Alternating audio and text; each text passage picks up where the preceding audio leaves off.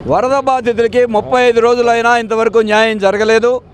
నిండా మునిగిపోయారు. కానీ ప్రభుత్వం ఎందుకు ఇవాళ సహాయం చేయదు? ఇవాళ 25,000 ఇవ్వాల్సి వస్తే 10,000 ఇస్తారా? 10,000 ఇవ్వాల్సి వస్తే 3,000 ఇస్తారా?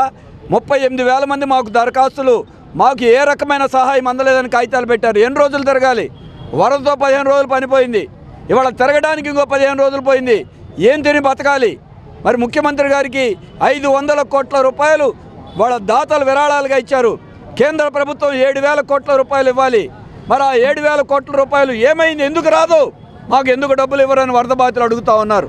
వరదలో గత ప్రభుత్వం పట్టించుకోవాలా. ఈ ప్రభుత్వం కనీసం 6 గంటల ముందైనా వరద వస్తుంది, ఖాళీ చేయండి, జాగ్రత్త పడండి అనే మాట కూడా చెప్పలా. అందుకే ఇవాళ వరదలో ముంచిన కారణం ఈ ప్రభుత్వాలది.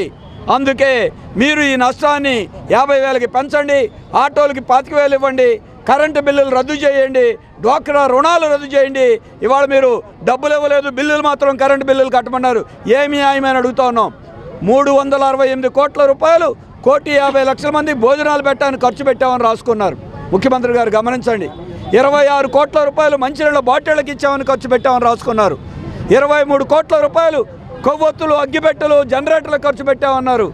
ఆఖరికి డ్రోన్లు కంట 2,000 అంట పైన తిరిగిన డ్రోన్లు. మరి ఏంటి ఖర్చులన్నీ? అక్కడైనా ఉదారంగా ఖర్చు పెడతారా? జనానికి ఏమంటే డబ్బులు ఏమైనా దొంగలాగా చూస్తారా? ఏమి న్యాయం? అందుకే సిపిఎం తరఫున రోడ్డు ఎక్కాం. అందరికీ ఎంక్వైరీ చేయండి, 2-3 రోజుల్లో అందరికీ డబ్బులు వేయాలి, లేకపోతే మాత్రం ఆందోళన విరమించేది లేదని మేము హెచ్చరిస్తా ఉన్నాం. వడమేరు వరద, కృష్ణానది వరద రెండు కలిపి విజయవాడ నగరాన్ని అతలాకుతలం చేసినాయి. దాదాపుగా 3 లక్షల కుటుంబాలు ఈ పేరుతో మునిగిపోయినాయి. 15 రోజుల పాటు నీళ్లలో నాని నగరం అంతా కూడా అల్లకల్లోలమైనటువంటి పరిస్థితులు జరిగినాయి. దీనికి కారణం ఎవరని చెప్పని అడుగుతున్నాం. దీనికి కారణం మానవ తప్పిదం తప్ప ఇది ప్రకృతి తప్పిదం కాదని చెప్పనేటువంటిది మేము చెప్పదలిచాం. ఇది ప్రభుత్వ తప్పిదం, ఇది మానవ తప్పిదం. ముందే హెచ్చరించాలా. ముందే హెచ్చరించకుండా ఆ రకమైనటువంటి పద్ధతుల్లో చేసినటువంటి ఫలితంగా జరిగినటువంటి నష్టం ఎవరు అనుభవించారంటే ఈ 3 లక్షల కుటుంబాలు అనుభవిస్తూ ఉన్నాయి. అందుకనే ఆ నష్టాన్ని నష్టపరిహారం చెల్లించేటువంటి దానికి ఇచ్చేయటం అని చెప్పనేటువంటిది మీ ప్రభుత్వ బాధ్యత. మీ ప్రభుత్వం చూడాలి. అందుకే గ్రౌండ్ ఫ్లోర్కి 50,000, ఆటోకి 25,000, 2 వీలర్కి 10,000 ఆ రకమైన పద్ధతుల్లో ఇవ్వాలని చెప్పనేటువంటిది మేము కోరుతా ఉన్నాం. ఊరికినే కోరడంలా జరిగిన నష్టం కొండంతా, నువ్వు ఇచ్చే సాయం గోరంత అన్నట్టుగా ఉంది. అది సరైనటువంటిది కాదని చెప్పనని ఈ సందర్భంలో చెప్పదలిచాం. పోనీ అది ఇచ్చేదైనా సకాలంలో ఇవ్వాలా.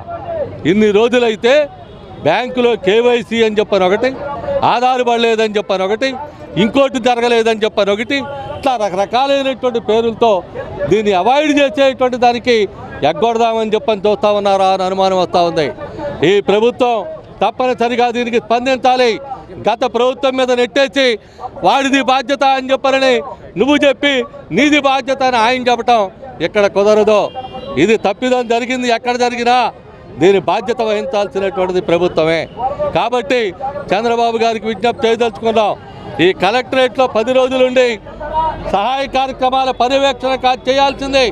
నష్టపరిహారాన్ని ఇప్పించేదానికి ఇప్పుడు ఉండండి. మీరు కానీ మీ మంత్రులు కానీ 10 రోజుల పాటు కలెక్టర్ ఆఫీస్లో ఉండండి. మీకు తెలుస్తుంది ఆ బాధ ఏంటో, ఆ బాధితుడు గోడేంటో మీకు తెలుస్తుంది. అందుకని ఆ రకమైనటువంటి పద్ధతుల్లో చేస్తే ప్రజలు హర్షిస్తారు. సిపిఎం పార్టీ మాటలు చెప్పడానికే పరిమితం కాలా. 15 రోజుల పాటు 12 కేంద్రాల్లో అన్న సదుపాయాన్ని కల్పించాం. దాదాపుగా లక్షల రూపాయలు ఖర్చు పెట్టి 1,000 మందికి 1,57,000 మందికి భోజన సదుపాయాన్ని కల్పించాం.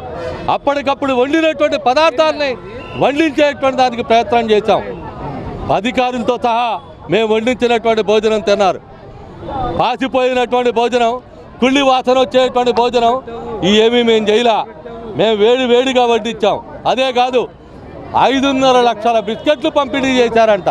ఏమిటా బిస్కెట్లు? తాటాకి బిస్కెట్లు 2020యా? ఏంటి మీరు ఇచ్చింది? మీరు ఇచ్చిన తాటాకి బిస్కెట్లో కడుపు నిండుద్దా? మీరిచ్చే కుళ్ళుడు ఆహారంతో కడుపు నిండుద్దా? అది నిండదు. కాబట్టి ఆ రకమైనటువంటి పద్ధతుల్లో చేయాలని చెప్పనేటువంటిది మేము కోరుతా ఉన్నాం.